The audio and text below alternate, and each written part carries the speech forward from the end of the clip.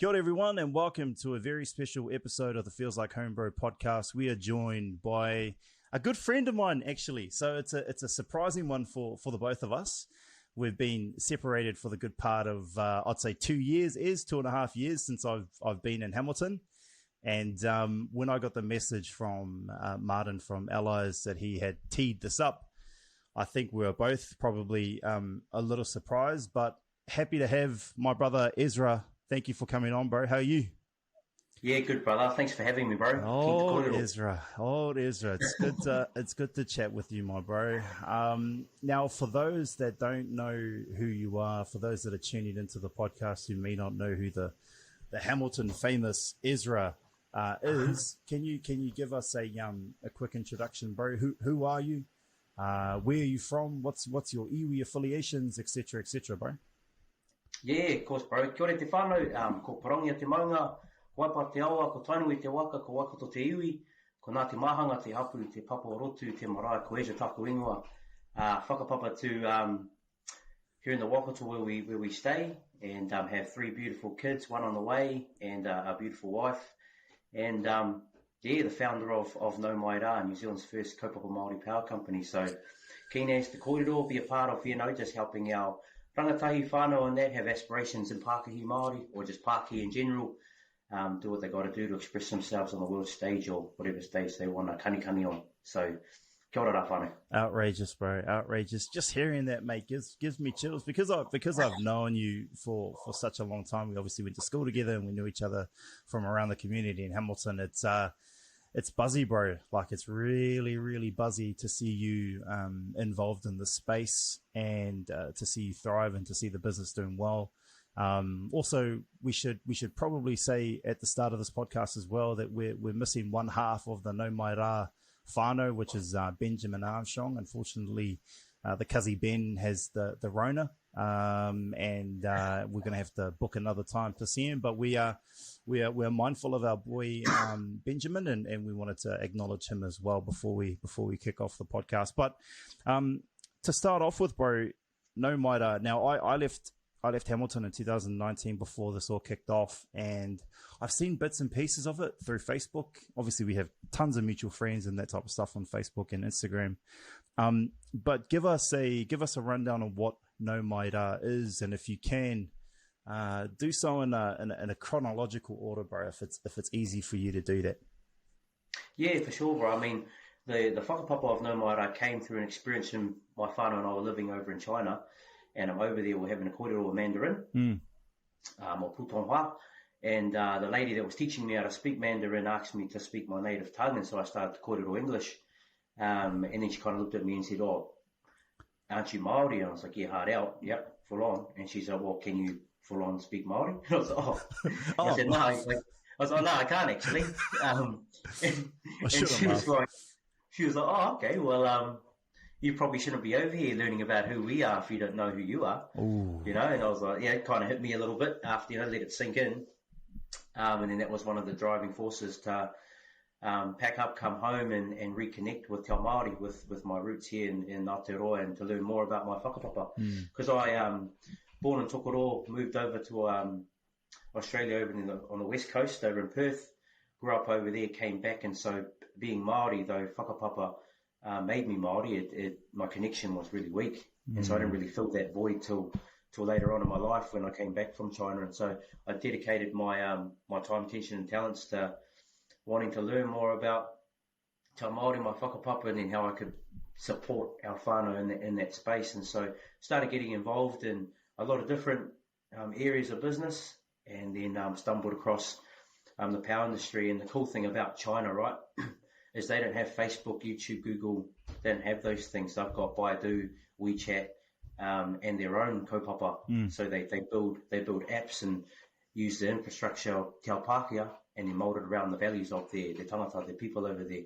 And I thought that was real cool. When you come back to New Zealand, it's almost like you're in Sydney, or like there's no culture infused in Aotearoa, whereas you land in China, so it's everywhere.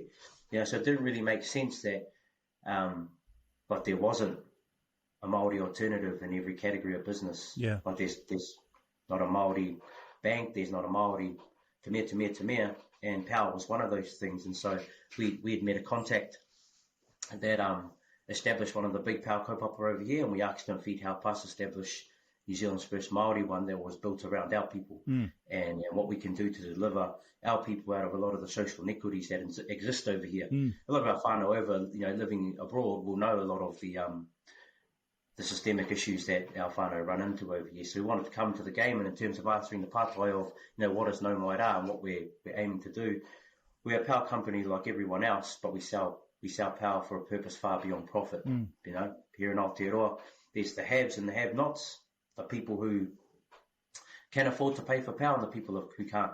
And unfortunately, there's over 130,000 whānau living in that power poverty, energy hardship space in that tier 2 of have-nots. Goodness. And so that doesn't really make sense, right? When we whakapapa back to the whenua that generates the power. Yeah. So you'll know brother in Huntly. Yep. It's one of the biggest power stations here in Aotearoa. Yet some of our whānau just down the road in Huntly are living in power poverty. How does that happen? Wow. And that will continue to happen if there's no Maori participation within the industry. And so when we entered, look, we thought there was a good opportunity to monetize our offering or monetize power in a Maori way.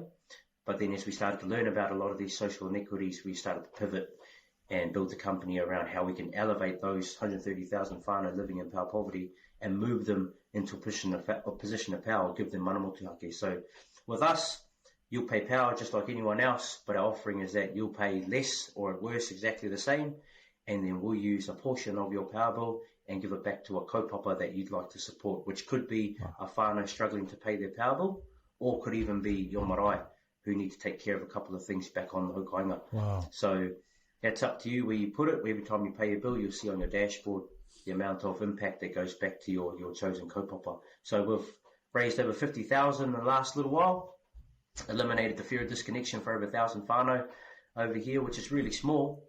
But as we continue to accelerate our growth, that impact will continue to increase. So, just another power company trying to do its thing, but delivering around social outcomes for our people over here. Wow. Holy heck. It's my first impression, obviously, is it's one of those things that we take for granted, power, yeah? So I've grown up in a household where if I wanted to turn the light on, the light would be turned on. If I needed to use hot water, there would be hot water there for me. So to hear that there is such a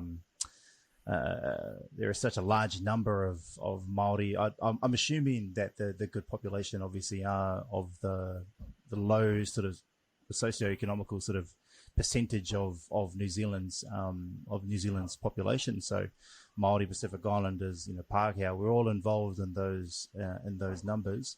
But when you first got into it, were you like me, bro? Did you ever think that there could be such a large number of people that don't have power?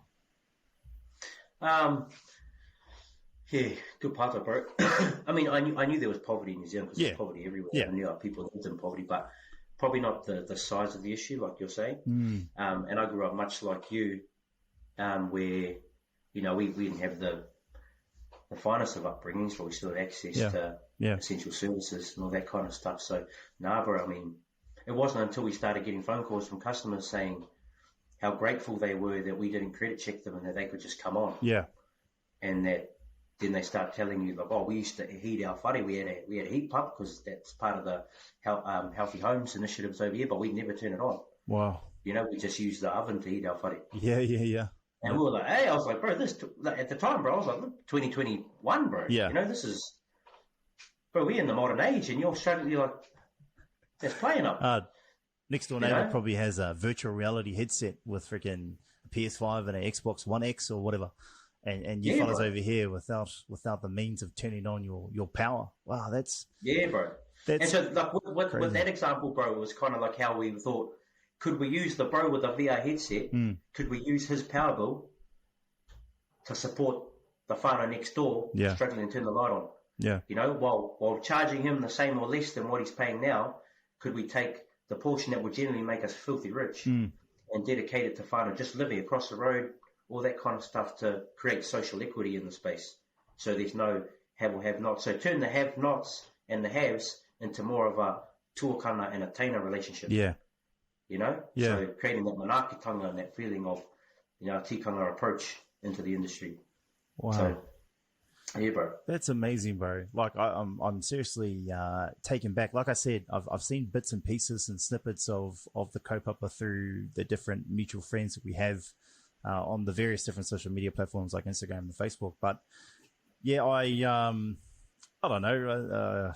I need to humble myself and say I should have maybe taken a little bit more notice. But hey, that's what we're all about. That's what this podcast is about, and we're learning as we go. The Feels Like Home Bro podcast obviously is a way for people to learn more about social issues and different things about Te Ao Māori and everything that's encompassing of Māori and Pacific Islanders throughout Australasia. So it's good to finally sit down with you and hear your kōrero about Nau Mai. Tell me, was there look, power is massive, yeah? So we talk about power. You can go as high as you want. We're talking about the coal industry, about the gas industry. We're talking about major giants that deal with trillions and trillions of dollars each financial year. When you come into a space where you're playing with these types of giants, was there any pushback? Was there any instances where they were like, "Hey, look, you fellas are a small fry. You mean well. Hey, good on you. You mean well. We can see that you fellas have all the right intentions. You're playing in my court, and if you're going to take away customers from me, there's going to be consequences." Did you have any negative sort of pushback from your experience, bro? Hell yes, bro. Hearty. I mean, we power touches everything, you know. So it's one of the biggest industries in Aotearoa, in any country. Yeah. Because you run into a pandemic, everyone's going out of business. Power companies soar, bro. Yeah. Like you did, and it's on all day long, and you don't need to rely on single relationships because people need power. And if you raise the price, they can have a complaint and have a hissy fit about it, but they still need it, so they pay it. You know, so there's a lot of money, like you're saying, in the industry. So when we strolled up into it, yeah, bro, like there's still pushbacks. People are still like telling us, "Oh, you mean well, you know, you guys are awesome, you're cute little fellas, you know, go you know, fight for the people, but bro, you can't touch us and stuff." And you know, there's still a lot of that. I mean, I remember an experience, bro, where we had oversubscribed. We had too many customers, bro, because the need. There's 130,000 people living in Poverty, so the need was bigger than what we could deliver on. And so we met with a couple of the big players in the industry, and you know, they had manaakitanga on their wall, kotahitanga, all our tikanga, bro, all up on their as their values. And so all we were doing, bro, is giving an opportunity to demonstrate those values, to put them into practice, you know, to be able to allow us to service the whānau that they don't even want, bro. You know, because a lot of whānau who are living in power poverty are high touch and of low economical value, bro. So people don't want them anyway because they're hoha, basically. Yeah. And we're saying, give us the hoha, bro. Like, well, who else is going to look after them? You know, and then so we got into a situation, bro, we're literally in the beehive with, you know, ministers and all that kind of stuff. Just the two colours in there, you know, just our snapbacks on and just telling them, you know, the whānau, this is what we're up to. You don't want them anyway. It's going to save the taxpayer money if you allow us to do this. It's going to save whānau money. Everyone wins. You know, they lose the bad debt line that's on their expense sheet, all that stuff. And they could have a really cool marketing story to say how you're enabling Māori participation in the biggest industry. And so going through that experience, bro, and then told them was what we needed. And they basically turned around and said there's no commercial benefit for supporting whānau. And so just like that, bro, we had to let go 300 whānau. 300 whānau who no one else wanted because of bad credit. And we were like, where are they going to go? You're in the heat of a pandemic and you're in the cold of winter. Who's going to look after them? And we were like, we told them, bro, like, this is a bit ironic how a power company supports the powerless was powerless. Yeah. You know, and it's you guys doing this to us. And so what we done, we went back, caught up all our whānau who, like our tuakana who could leave us. Well, bro, can you jump out of our waka for a couple of months so we can keep on the whānau who can't leave? And bro, our whānau came They just, yeah, I'll do it, bro. And then as soon as we got back on track, or as soon as we signed a contract and a couple of deals with the big players, they came straight back, you know. And we told the industry when that happened, you know, we'll be back, and then nothing was stronger than the power of Manaakitanga. Wow. And you just sit back and watch. So yeah, bro, and it's like, you climb that maunga, then there's another maunga to climb. Yeah. You know, just keep rolling at you. Yeah. So, yeah, brother. That's crazy, bro. That's crazy. Yeah, because when I first heard of it, I was like, man, the power company, these you know, these conglomerates and these companies and these people that have been and organizations that have been around for years, way older than us. Me and Ezra, for those that don't know, we're pretty similar in age. I think you're about a year older than me, is, and like, I'm sure there's some established power companies that have been in New Zealand since the beginning of freaking time. So I'm sure they wouldn't have taken it very lightly. And I'm only speaking from my opinion. You could probably tell the correct story, but I'm sure that they would have felt, you know, quite intimidated because of the message that you carry and the mana behind it. Look, as much money as you want, there's not a lot of things in New Zealand that can stop mana, and that can stop whānau, and that can stop true aroha in its purest form. So I'm sure they would have been quote unquote shaking in the boots, but you probably in legal terms, bro, you don't have to say any comments, but that's my that's my whakaaro anyway. I'm sure that's probably how they felt. So you've told us where you come from. You told us your kaupapa. You've told us about the amazing journey of Nau Mai. Let's say 10 years down the track, 20 years down the track, what is the goal for you and Ben and for the rest of the company that is Nau Mai? Yeah, bro. I mean, biggest goal for us is eliminating power poverty. So every whānau in Aotearoa able to confidently and freely heat their home and cook their whānau kai. As weird as that sounds, bro, that's a super ambitious goal. Yeah. You know, that's a barg. It's a big, hairy, audacious goal, and it shouldn't be. You know, and we can achieve it if the industry are willing to work with us and actually identify who the enemy of the industry is. It's not Pākehā, it's not Maori, it's not big, it's not small, it's power poverty. You know, and the sooner they realise that we're not coming for them, that we actually want to, you know, demonstrate a true Te Riti o Waitangi relationship and eliminate an issue that affects more than just Māori, but through a Māori perspective, then we'll get there, bro. And we want to get there within 5 years and accelerate, because the more we talk, the more we plan, the more solo mothers out there, our kaumātua, are sitting there powerless, bro. So, I mean, that's kind of what we're trying to do, bro. Is there a mission for the next kaupapa? I'm sure you're aware that power is not the only thing, that there is a bit of a disproportionate sort of situation at the moment. Is there any plans to maybe look at water, or look at other different areas that are impacting our people? Is there a sort of a 10-20 year plan for that to happen as well, or are you sort of focusing on just the one thing for now? Definitely focused on the one thing, bro, but always eyes are on the horizon, you know, what come next and all that kind of stuff. But in terms of like some of those bigger industries, there's actually a lot of whānau trying to develop Pākehā in that space, to whether to eliminate an issue or to just, you know, monetize that space. And we kind of just want to toe talk with them as much as we can, bro, and penetrate the markets where, you know, other whānau aren't playing in, just to create that well-rounded approach like they have over in China. Yeah. You know, and it's always been a dream of Ben and I's to create a Māori alternative in every category. Yeah. You know, so whether it's power, whether it's, you know, adding broadband in, whether it's nappies, whether it's tampons, whether it's all that kind of stuff, bro. Yeah. But all built around a tikanga Māori and a Māori perspective. And we've got a couple of things in the works there, but they take a back seat to what we're doing now, bro. But I mean, if you get into power gets into the whare. Yeah. So if you get, in terms of a commercial korero, you know, if you've got the eyes, attention, and the hearts of the whānau that control the whare, then from a commercial perspective, you can sky's the limit. Deliver them more benefits in other areas, because you already know auntie, you already know uncle that they're paying the bill with you. Yeah. So it just becomes like a circle of profit, if that's the route that we want to take from a commercial perspective. Yeah. But I mean, that's we talk about that kind of stuff and might be driving down to Poneke and stuff. But, when the focus is on our kaupapa now. That's crazy. That's crazy, bro. It's so good to hear from you. And I don't just, bro, this is not a face that I'm putting on for the podcast, bro. This is just my 100%. That is so that is so awesome. When you were talking about that, it actually made me think, like, you know, Google could have been Google, or Spotify. It could be Portify.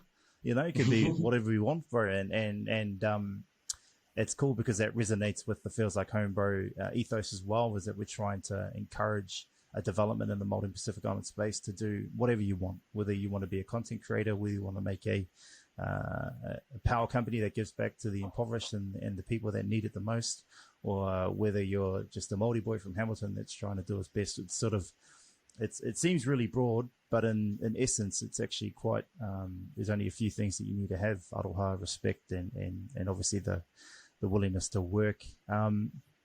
Now, just to flip a little bit onto the business side of things, what has been the biggest standout thing for you with regards to running and owning a business? What when people think of business, they always think of the benefits that you can get out of it in terms of a monetary value. But what has been the biggest eye opener for you in terms of owning a business?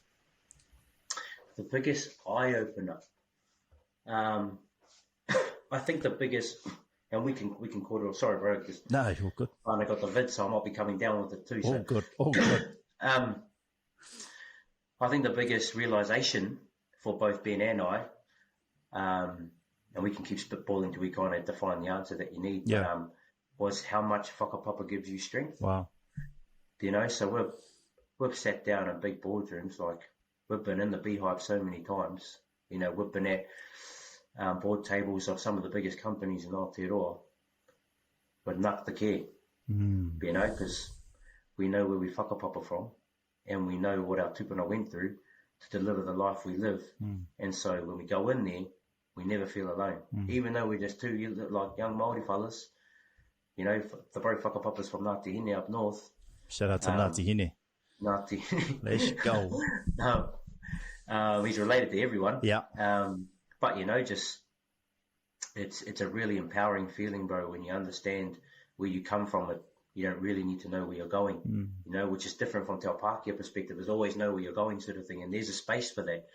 But before you can step forward, you know, we trying to step back into our whakapapa and understand understanding where we come from and how that can drive us forward. So I think in terms of learnings and biggest realizations, bro, it's that, and the more pono you are to who you are, the more, bro, it don't matter what they say or matter what, you know, how kind of comes in your way. If you've got a really strong why, it just gets rid of the how, bro, easy.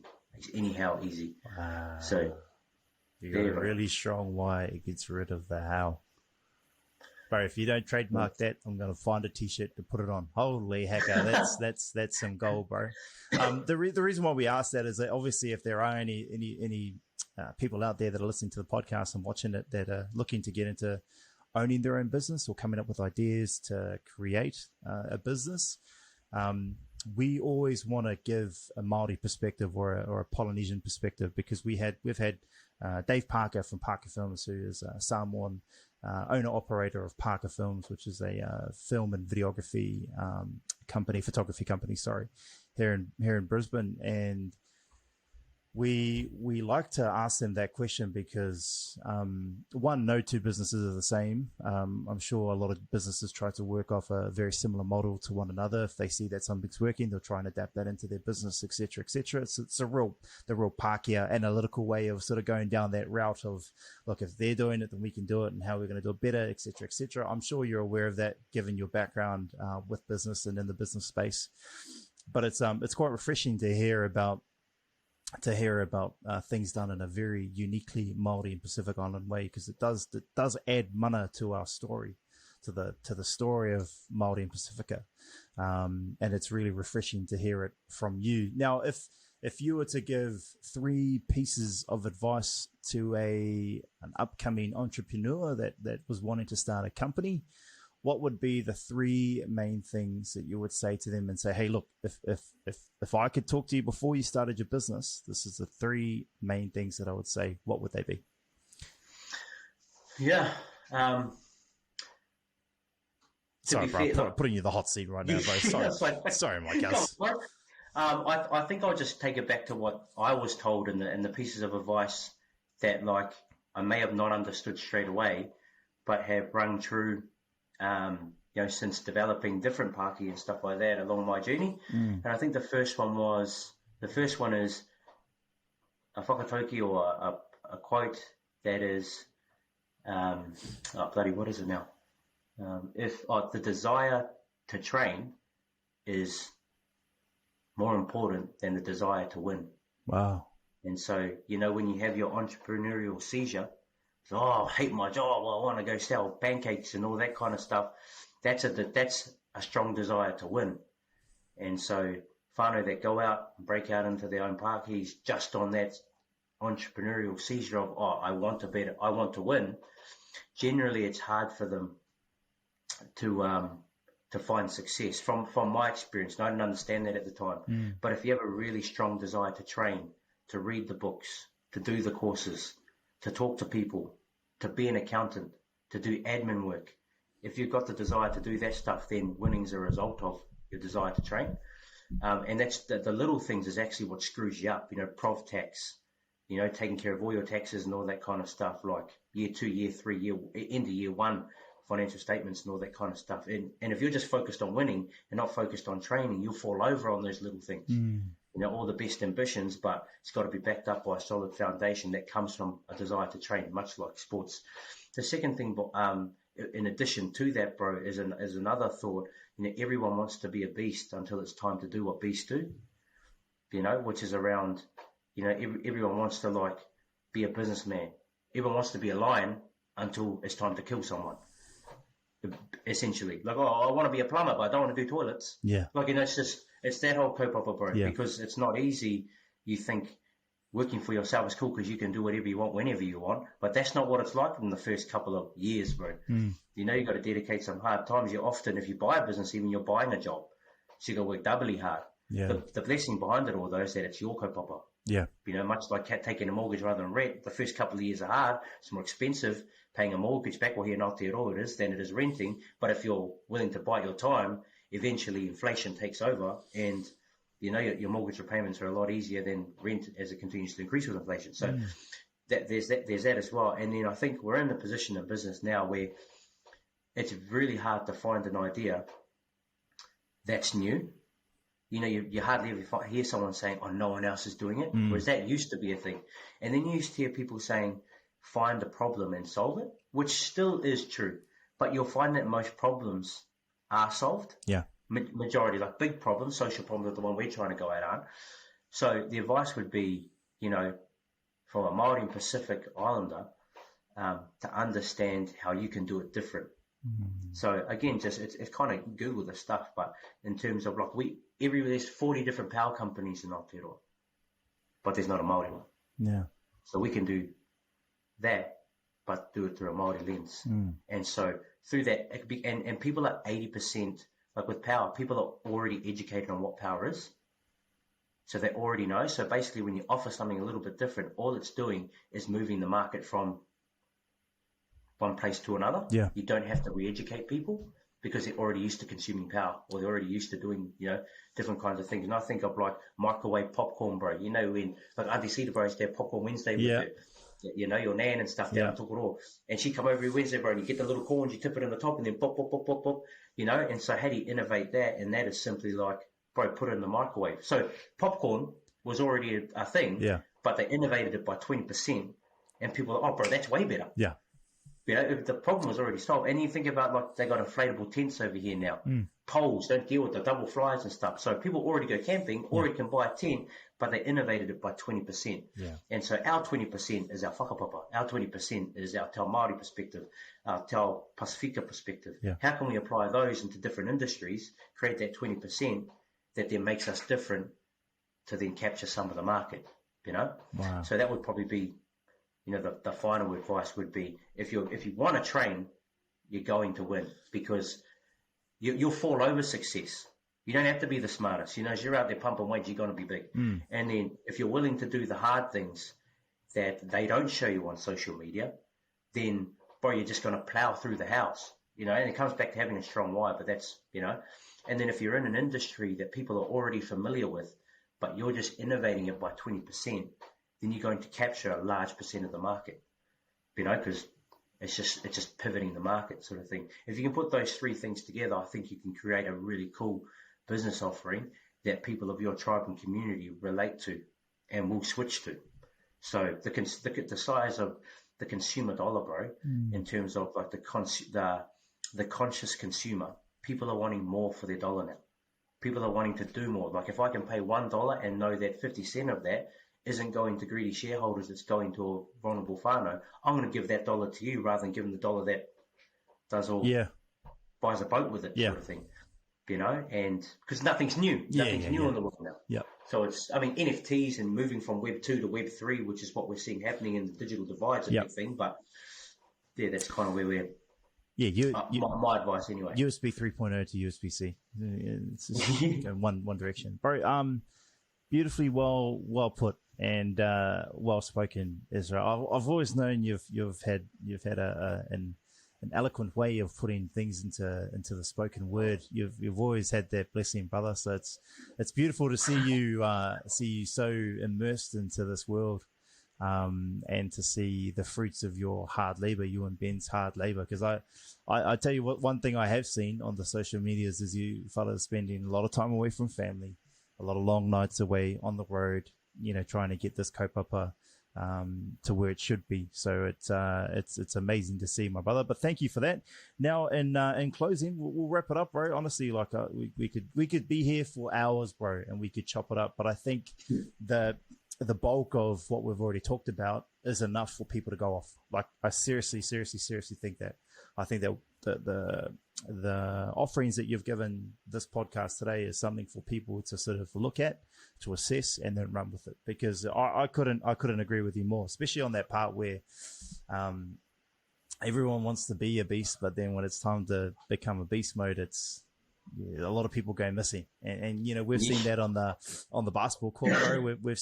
We've shared many a sweaty days together on the morning ball basketball court. So we've seen when the beast wants to turn up, the beast will turn up. It's normally always a few key people at morning ball. We won't mention any names here, but it's really, really true that if you're in it to win it, then you've got to be 100% about that life, and if you're not, then it's just going to be, you've done it really great, but you've done 70% really great. So you're missing the rest of that percentage is what you could have been to be amazing or to be the best that there ever was. So thank you for that, kaupapa, bro, and thank you for sharing that with us. In closing, brother, what does Nau Mai have coming up? Tell me what the slate of 2022 has in store for Nau Mai. Give yourself a bit of a plug, bro, which is probably the last thing we'll do today.